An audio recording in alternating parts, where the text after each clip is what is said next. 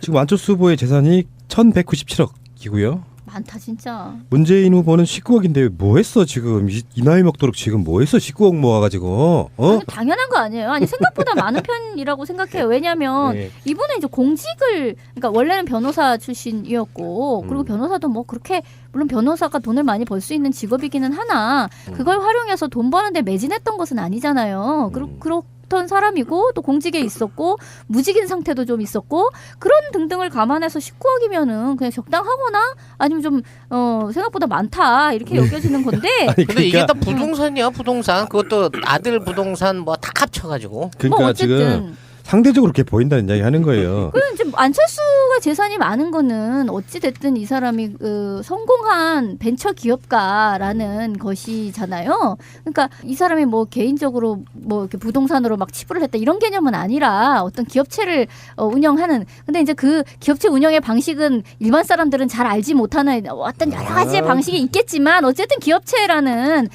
굉장히 큰 돈이 많이 벌린다는 것이 다 쉴드가 가능한 그런 상태였으니까. 아니 그러니까 뭐 이게 뭐 무슨 부정으로 했다 이런 것보다 간혹으로는 뭐 BW네 뭐네 해가지고 주가 조작 같은 것도 또 안철수가 했다는 게 아니고 주위에서 그게 있다 뭐 이런 것도 있고 카이스트의 정문술 같은 경우는 뭐 안철수의 이름 팔아가서 사실상 주식에서 한 400억 벌었다고 하니까요.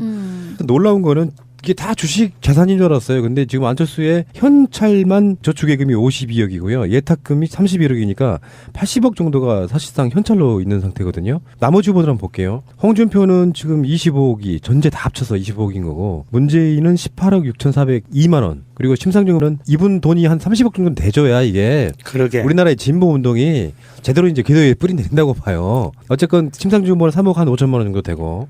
그냥 난 딱 예상될 만큼 근데 거기 보면 진선미 의원 같은 사람은 빚이 더 많아 막 이런 사람도 있잖아요. 그래서 저는 심상정 의원도 그런 상태가 아닐까 싶었는데 그 정도는 아니어서 그러니까 이게 안심되네요. 3억 이 정도 되면요 제가 보기에는 그냥 딱 집만 있는 거예요. 네, 내 정도네 내 정도. 경기도 저기 어디 고향 어디에 딱 아파트 있는 정도.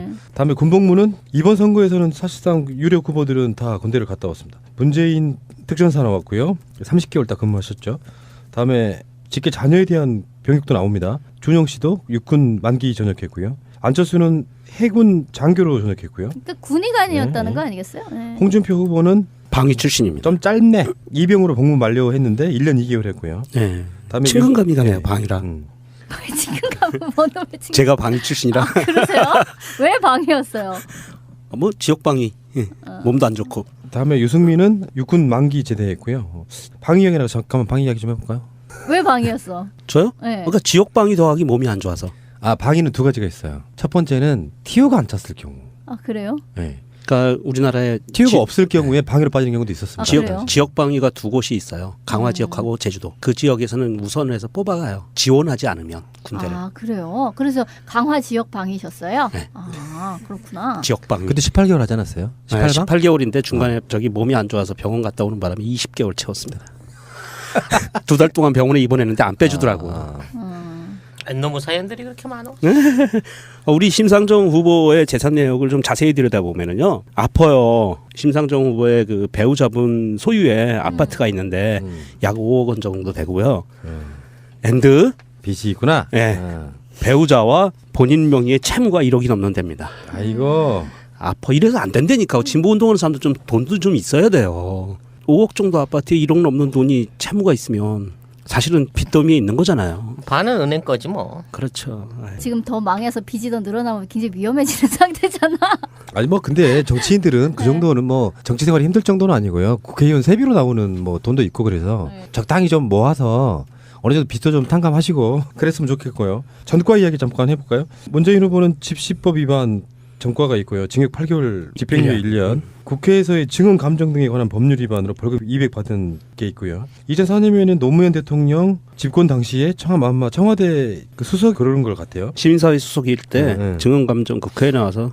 다음에 홍준표는 선거법 위반 한번 한 적 있죠. 그래서 선거운동 조직에다 2,400만 원 준 혐의로 벌금 500만 원 받았고요. 선거법 위반인데 현찰을 돈 준 거야. 이건 굉장히 엄벌해야 되는 중죄고요. 다음에 지금 현재 대법원에 계류 중에 정치자금법 위반이 예. 걸려 있고 심상정 후보는 이제 유명하죠. 구로 동맹파업 주동자 지명수배 됐다가 93년에야 잡혀가지고 징역 1년에 집행유예 2년 받았고요. 다음에 그 집시법 위반이 하나 있고 근데 안철수하고 유승민은 전과가 없단 말이에요. 이거 좋은 거냐? 저는 그렇게 아니라고 봐요. 물론 준법을 했으니까 전과가 좋냐 이런 게 아니라 사실은 금수저로 살았다는 반증이기도 합니다. 그렇죠. 그러니까 우리 세대가 지금 현재 뭐 20, 30대야 그런 느낌이 없겠지만 40대, 50대, 60대만 해도 이쪽 진보 진영 쪽에 생각을 갖고 있는 사람들이라고 하면 최소한 뭐 운동을 꼭 했어야 된다 이런 건 아니지만 안철수가 갖고 있는 생각 중에 운동권적인 마인드가 하나도 없는 게 바로 이런 지점 때문인 것 같아요. 공부만 했던 또는 공부 이후에 벤처기업 차려서 뭔가 했던 이런 측면 때문이라서 사실 공감력이 좀 떨어지는 건 사실이고 왜 김갑수 작가가 그런 말씀 하셨잖아요. 우리 세대에는 되게 아프다고 그렇게 징역 갔다 오고 뭐 집시법 같은 걸 위반해가지고 국가보안법 같은 거 위반해가지고 갔다 오면 아프다고 그런 공감력은 좀 떨어질 게 아닐까 이런 나무님 생각이 전과 있으세요? 뭐 있었죠. 진짜? 집시법은 아니고 응, 뭐였는데? 교통법 이런 거지. 그러니까 그런 거는 있지만 다 결국 사면 받았던 것들이라 지금 깨끗해. 아 그래요? 아니 저 이제 찌라시님 전과 많죠? 나도 다 사면 받았어. 부정수표 단속법하고 사기꾼 아니야? 사기꾼. 경제사법이네. 아니야. 경제사범이라서 회사에서 발행하는 것들이 그게 부도나고 그러면 그렇게 되는 거예요. 그 김대중 정부 시작하면서 그 기업인들 대사면령 받아서 깔끔하게 다 털었어요. 아니, 오, 사면이 대단하다. 이런 거에는 또 좋은 점이 있네요. 나는 사면을 한 번도 못 받아봐가지고 이번에 대선 끝나면 사면이 좀 있을까요? 아 전과 있으세요? 아 그럼 있죠. 아. 전 노동법 위반. 이명박 노동법? 네. 아니 왜 막 사용자로. 노동자를 착취했어요? 회사가 망하고 돈이 하나도 없는데 퇴직금을 못 주겠는 거야. 아 악덕업주였구나. 그렇지. 그래서 벌금 냈어요. 그렇군요. 아 저는 전과가 없습니다. 하여튼 뭐 다 금수저구나. 네. 그러니까 우리나라에 TU가 없을 경우에 방해로 빠지는 경우도 있었습니다. 아, 그래요? 지역 방위가 두 곳이 있어요. 강화 지역하고 제주도. 그 지역에서는 우선을 해서 뽑아가요. 지원하지 않으면 군대를. 아 그래요? 그래서 강화 지역 방이셨어요? 네. 아 그렇구나. 지역 방위. 그때 18개월 하지 않았어요? 18방? 18개월인데 중간에 저기 몸이 안 좋아서 병원 갔다 오는 바람에 20개월 채웠습니다. 2달 동안 병원에 입원했는데 안 빼주더라고. 너무 사연들이 그렇게 많아. 우리 심상정 후보의 재산 내역을 좀 자세히 들여다보면은요 아파요. 심상정 후보의 그 배우자분 소유의 아파트가 있는데 약 5억 원 정도 되고요. 앤드 빚이 있구나. 예. 배우자와 본인 명의의 채무가 1억이 넘는 데입니다. 아이고. 아파 이래서 안 된다니까. 진보 운동하는 사람도 좀 돈도 좀 있어야 돼요. 5억 정도 아파트에 1억 넘는 돈이 채무가 있으면 사실은 빚더미에 있는 거잖아요. 반은 은행 거지 뭐. 그렇죠. 지금 더 망해서 빚이 더 늘어나면 굉장히 위험해지는 상태잖아.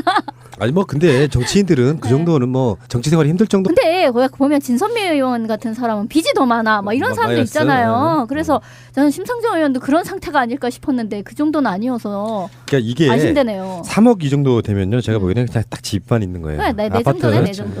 경기도 저기 어디 고향 어디에 딱 아파트 있는 정도. 네. 다음에 군복무는 이번 선거에서는 사실상 유력 후보들은 다 군대를 갔다 왔습니다. 문재인 특전사 나왔고요. 30개월 딱 근무하셨죠. 다음에 직계 자녀에 대한 병역도 나옵니다. 준영 씨도 육군 만기 전역했고요. 안철수는 해군 장교로 전역했고요. 그 군의관이었다는 거 아니겠어요? 네. 홍준표 후보는 방위 출신입니다. 좀 짧네. 이병으로 복무 만료했는데 1년 2개월 했고요. 네. 다음에 친근감이 가네요. 네. 방위랑. 지금 가면 뭔 놈의 지금 제가 방위 출신이라 그러세요? 왜 방이었어요? 뭐 지역 방위. 예. 몸도 안 좋고. 다음에 유승민은 육군 만기 제대했고요. 방위 이야기라고 잠깐만 방위 이야기 좀 해볼까요? 왜 방이었어? 저요? 네. 그러니까 지역 방위 더하기 몸이 안 좋아서. 아 방위는 두 가지가 있어요. 첫 번째는 TO가 안 찼을 경우. 아 그래. 그건 아니고요. 국회의원 세비로 나오는 뭐 돈도 있고 그래서 네. 적당히 좀 모아서 어느 정도 빚도 좀 탕감하시고 그랬으면 좋겠고요. 전과 이야기 잠깐 해볼까요? 문재인 후보는 집시법 위반 전과가 있고요. 징역 8개월, 집행유예 1년. 국회에서의 증언 감정 등에 관한 법률 위반으로 벌금 200 받은 게 있고요. 2004년에는 노무현 대통령 집권 당시에 청와대 그 수석 그런 걸 같아요. 시민사회 수석일 때 네. 증언감정 국회에 나와서. 네. 다음에 홍준표는 선거법 위반 한번 한 적 있죠. 그래서 선거운동 조직에다 2,400만 원 준 혐의로 벌금 500만 원 받았고요. 선거법 위반인데 현찰을 돈 준 거야. 이건 굉장히 엄벌해야 되는 중죄고요.